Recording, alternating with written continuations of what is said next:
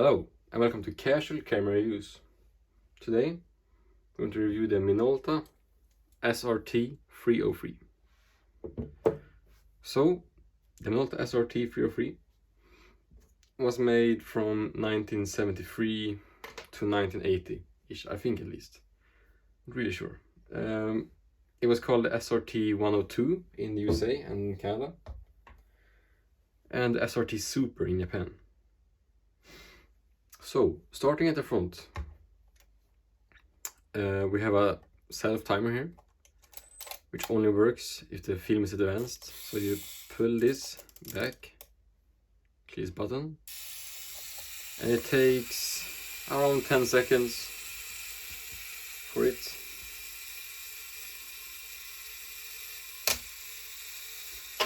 That's it.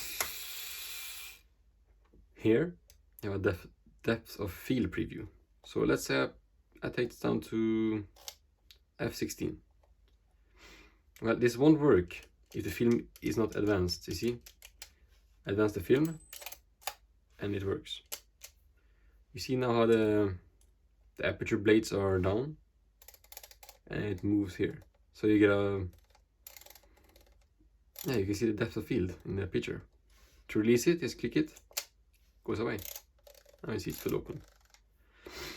This camera has, as you can see here, SLC or CLC, and basically what it is that Minolta had two sensors in here, two sensors for a light meter, and then they took the average of those two, and that was your reading, your exposure, and I guess it was kind of advanced for the time. Yeah, and it worked great. It's really good actually. The meter is center weighted, I think, at least. It's probably usually 60-40. And this camera has TTL metering, meaning that you don't have to stop down the lens to meter. You can have it full open. And that was this little thing is for. This little metal ring. Going on here we have your flash sync port. So here you have normal flash, I think FP. Maybe it's opposite actually. Maybe this is like old bulb flashes, and X series for just X-Sync electronic flashes. I think that's the case anyways. And here you have a mirror lockup, which actually are more luxurious feature. And oh, it's open right now. Let me close it. What it does is that it locks up the mirror. So let's say you want to take a long exposure at night, like a 5-minute one, or yeah, you don't want camera shake, so you lock up the mirror, because that's just one thing that will make the body shake. So you simply take this little knob here, twist it down, and now it's locked up. So if I take a picture here, the mirror is open already. So that's a nice feature. And let's talk about the lens. This is a 50mm M0 core 1.7.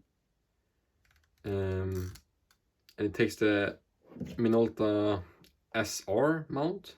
It's a bayonet mount. So the mount is really simple. This red dot here, line it up with this. It goes in there, smooth, and clicks. And that's on. That's pretty much it. Let's go to the top. Here you have your shutter speed control. Has speeds from 1,000 of a second down to 1 second.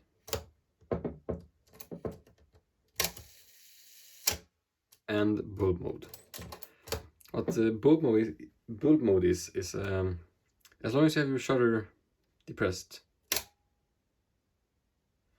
the shutter will stay open. So if you want to take like night photos, or like which are really dark and you need more than 1 second to use bulb mode, its flash sync speed is 1/60th of a second. And I think down. I think that's always the case. I think that's the maximum speed you can use when using electronic flashes. Here we have the shutter count window, the exposures. It will reset when you open the camera. So if I just open the back real fast.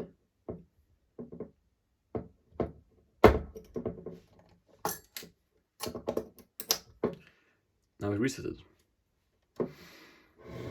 So, and here you also have your ISO, or ASA, it's called ISO now though, selector. You pull this up and you twist.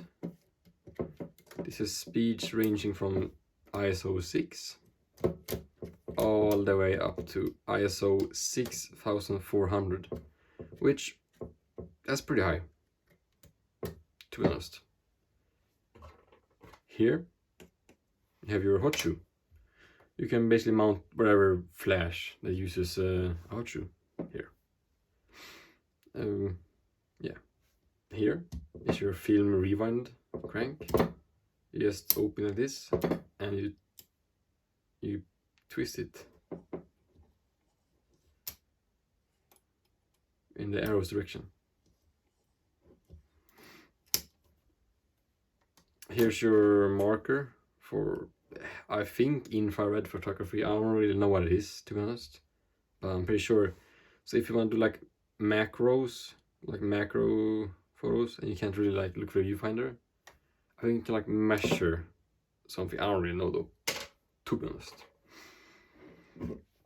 To open the film back, you take this and you put it up. Mine is pretty hard to pull up. Pull it up like that, and you do one more click. Usually it just pops open, but mine is, I don't know, in somewhat bad shape, I guess. And then it just pops open. Here, focal plane cloth shutter travels side to side. These are the sprockets to like keep the film in tension, and this is just your usual film advance, I guess. I don't know. These are the film guide rails, helps the film keep in place, and this is the film pressure plate, which presses the film against the rails, so it's tensioned. Goes in the back, you just close it. Actually, on mine you have to have this open. Yeah. Moving on to down here. Here's your switch for the light meter. Now it's off, then you have on, and then you have BC for battery check. So if you want to check your batteries, just check it here. Let's put it to off for now. Tripod socket, film rewind button. Here is your battery compartment. Basically, you just have to like kind of grip it like that. It's somewhat awkward, but works. And twist it open. This uses these old, what do you call them, like PX625 batteries. This is a new one, but back in the days they were made of mercury. It was 1.35 volts. I think this is a 1.5 volt, but I haven't really found an issue using these. I shot like 3 rolls of film in it, and it hasn't been a problem for me. Here you see the guide on how to put it in. It's just this side facing down, and you take it and you screw it on. And now battery's in. And battery, of course, controls only light meter, because this is a full mechanical camera. All speeds are mechanical.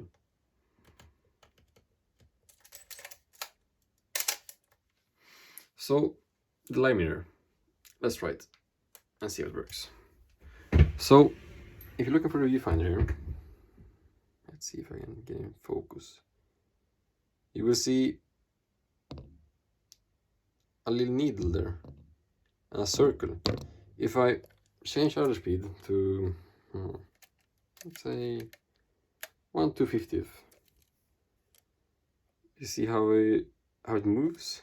Also, if I change the lens or the aperture, see how it moves? So right now, this would be the correct exposure. 250th shutter speed and aperture 4. You can also see the numbers, the aperture in the top and the shutter speed at the bottom. So that is how just the shutter speed is really simple, really. It's not that hard. And that's pretty much it. Also, I guess here you have your ASA to DIN conversion. DIN is, I think the Germans use that. It's the conversion. And here you have your film ISO holder. So if you wanna like put in your film speed, I guess here, like from your cartridge, from your case, yeah, you just put it in here and it reminds you what film you're using. I never use it anyways. I find it so much useless. That's pretty much it. So now, what's my personal opinion about this camera? Well, this was the first camera I ever used. I got gifted this from my grandpa, and it was a camera I learned on, and it's a really good camera. Like, you can really feel the heft in it. It's a really nice and somewhat heavy camera. It's an old camera, and I don't know. This is from, yeah, I think like 73, and it's held up great. Like, you can hear the shutter. Sounds healthy, right? And it just works. The light mirror still works, and everything works perfectly. And this lens is also really nice. It's a standard 50mm. So, who is this camera for? I think it's the perfect beginner camera, to be honest. Like, it's really bare bone. Like, you have your light mirror, and you have your shutter speed up here. It's easy to read. You know, feels great. Long advanced lever. You know, nice shutter sound. You know, the viewfinder is not the brightest of them all. It has somewhat kind of a yellow tint, but it's really still nice. And yeah, it has a split image focusing screen, which is also really nice. And yeah, I just think this is a really good camera for value, because these are not that expensive either. So if you're new to film photography, I'm gonna start with it. I would recommend this camera. Basically over the AE1s or other cameras, because these, like, you learn so much from it. And yeah, that's pretty much it for me. Goodbye.